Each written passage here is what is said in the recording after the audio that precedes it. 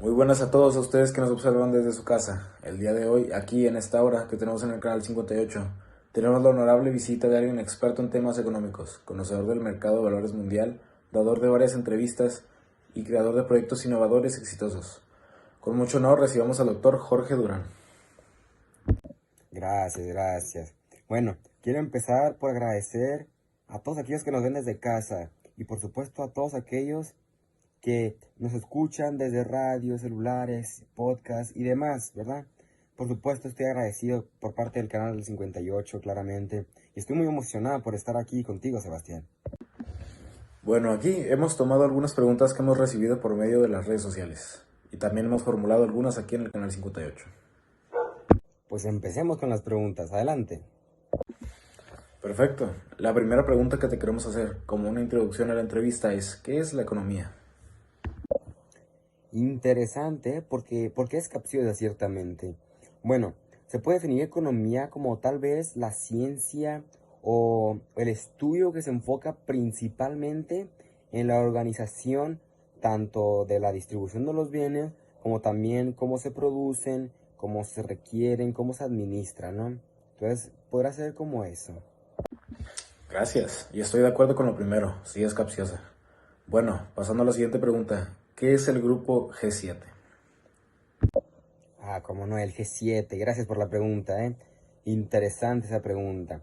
Bueno, ahora sí contestando, se puede decir que el G7 es como un grupo, por así decirlo, informal, ya que no están unidos ciertamente, formalmente, por así decirlo, no son un grupo establecido tal cual, pero es un grupo que tiene muchísima influencia y son los 7 países que probablemente poseen más influencia alrededor del mundo. Además de que claramente manejan prácticamente o alrededor del 50% de la economía mundial, del movimiento mundial de dinero. Y pues se reúnen anualmente para discutir temas que afecten a todo el mundo. Temas como ecología, problemas económicos, crisis y demás.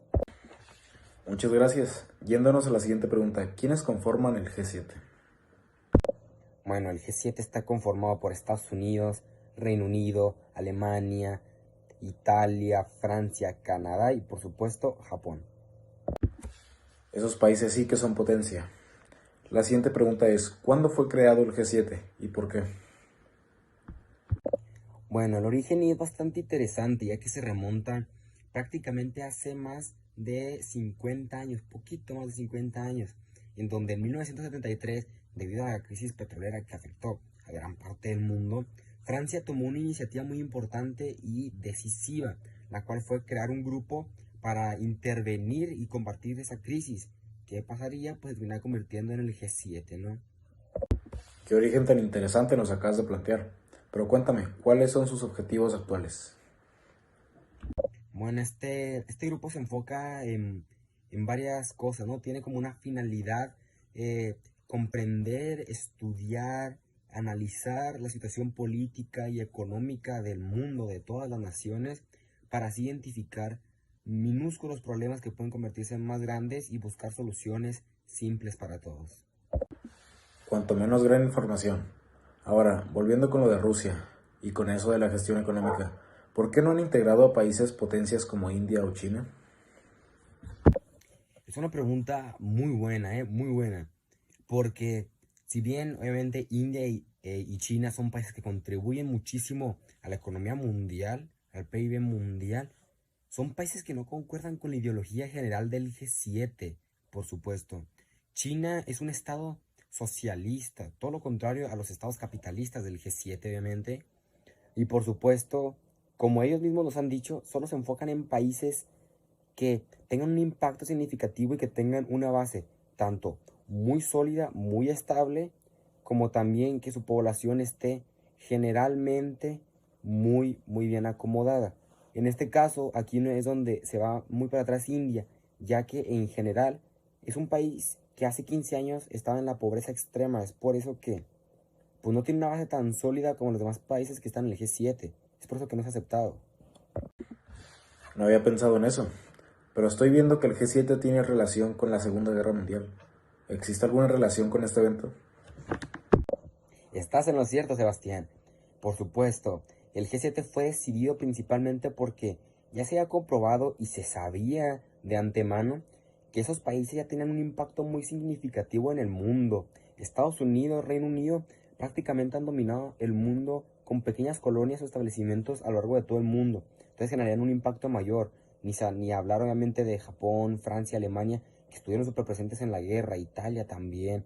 Canadá, si bien no tiene muchísimo poderío, tiene muchísima influencia en los países tanto del norte como mucho del sur del planeta, obviamente. Y pues así puedan tener un efecto más grande y mucho mejor. Pero, ¿este evento no alteró las relaciones? Pues en realidad eso no afectó tanto, ya que ellos mismos sabían de que eran potencias y todas las crisis también las afectaron a ellos. O sea, las crisis también sufrieron mucho los países por ellas. Además de que obviamente ellos mismos eran conocedores de que si ellos mismos no intentaban hacer algo por el mundo, nadie lo haría porque no tienen el suficiente poder. Entonces por eso los países se decidieron a juntarse y unirse para así combatir esos problemas. Bueno, Sebastián, ahora continuando con las preguntas, un fan tuyo y obviamente muy seguidor tuyo, muy fanático de ti, nos dio dos preguntas para ti y nos gustaría que se las puedas contestar. Una es, ¿qué piensas sobre los BRICS? Obviamente, porque los conoces. Y también la otra pregunta es, ¿qué tanto pueden ser un desafío para el G7? Adelante, qué gran pregunta. Esto puede ser muy buen debate.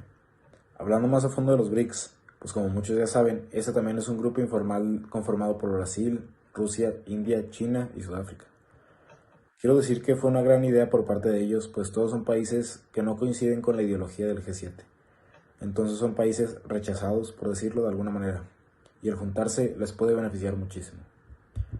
Pero aquí hay un detalle muy importante y esto contesta la otra pregunta. Y es que el grupo de los BRICS, los países que lo conforman, son países que están en un desarrollo o que acaban de salir de él. En el primero está India o Sudáfrica, y en el otro está China, por ejemplo. Ahora, ya que estamos en este tema de los grupos, la siguiente pregunta que nos gustaría hacerte es si tiene el G7 relación alguna con el G20, porque son prácticamente similares, ¿no? El nombre. Se podría decir que el G7 es un grupo más limitado e íntimo que el G20, pero comparten muchos de sus objetivos e integrantes. Este grupo de los 20 surgió en 1999, cuando los países de economías industrializadas, las naciones que conforman el G7 y países en desarrollo por industrializar se reunieron en Berlín, similar a lo que pasó con el G7. Bueno, ahora sí, prosiguiendo con esta serie de preguntas que te hemos formulado, ahora sí, y realmente para no cambiar tanto de tema, ¿cuáles son los cambios más notorios y significativos o influyentes que ha provocado esta organización del G7? Son cambios muy importantes que han influido mucho. Uno de los más recientes ha sido entablar conversaciones con Rusia sobre su conflicto armado con Ucrania. También han participado principalmente solucionando los estragos de la pandemia, siendo los principales influyentes que ayudan a salir al mundo de la pandemia. Agregando también que se ha enfrentado a la catástrofe nuclear de Chernobyl, ha eliminado la deuda de los países de renta baja, ha movilizado fondos para la malaria y el VIH, y ha promovido cuestiones como la igualdad de género, siendo portador del más del 90% de los fondos de la alimentación mundial. Vaya que mucha ayuda mundial ha hecho el G7. Pero bueno, ¿el G7 ha sido criticado por los medios de comunicación alguna vez? Por supuesto que sí. El G7 ha sido criticado enormemente por perpetuar la desigualdad mundial al defender el status quo económico, ya que el G7 representa solo el 10% de la población mundial, y por no abordar de forma significativa crisis mundiales como el cambio climático, entre otros.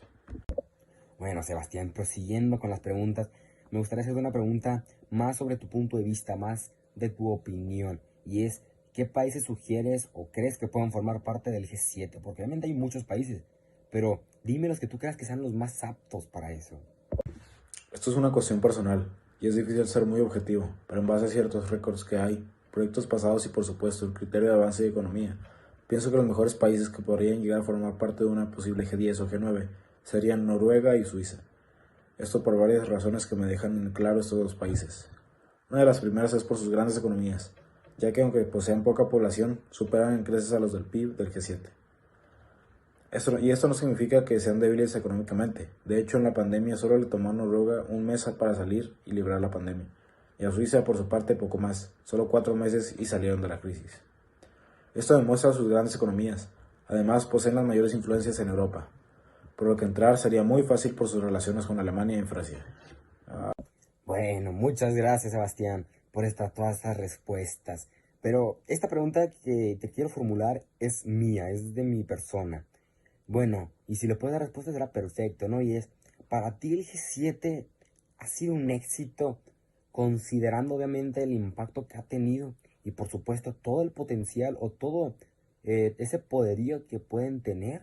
¿Ha sido un éxito o ha sido un fracaso? Gracias por la confianza. Claro que la puedo responder, pero ya respondiendo, siento que el impacto ha sido increíble, pero no el suficiente, ya que como mencionamos anteriormente en la entrevista, hay países muy influyentes y muy importantes, que crean otros grupos para poder arreglar sus asuntos. Y aunque el G7 hace lo mismo, es cierto que ha tenido un impacto mundial muy grande, ayudando incluso a naciones rivales, por decirlo aún así. Aún así, muchos de sus objetivos sí van avanzando, pero no lo suficiente como para poder mejorar el mundo y solucionar todos los conflictos. Es un éxito, pero a medias. No explotan todo su potencial. Muchas gracias, Sebastián, claro, por ese tiempo que has estado aquí en el Canal 58. Gracias por mi parte, gracias por parte del Canal 58. Y por supuesto, como no, nos olvidamos de ustedes, público. Gracias por estar desde casa, escuchándonos, desde la radio, etcétera. Muchas gracias a todos por estar aquí, por brindarnos su tiempo, su apoyo, sus preguntas, por supuesto, que gracias a ellas es que se logró crear esta entrevista. Pendientes del Canal 58, sin más. Una vez más, Sebastián, muchas gracias. Ha sido un honor estar aquí contigo. No, gracias a ti y a todos los miembros del Canal 58 por la invitación. Estoy muy agradecido de estas geniales preguntas que hasta a mí me han hecho aprender. Gracias también a ustedes en casa y público que nos escuchan.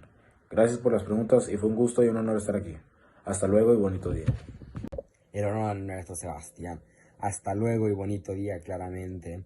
Y a ustedes que nos escuchan desde casa, igualmente, bonito día y hasta luego.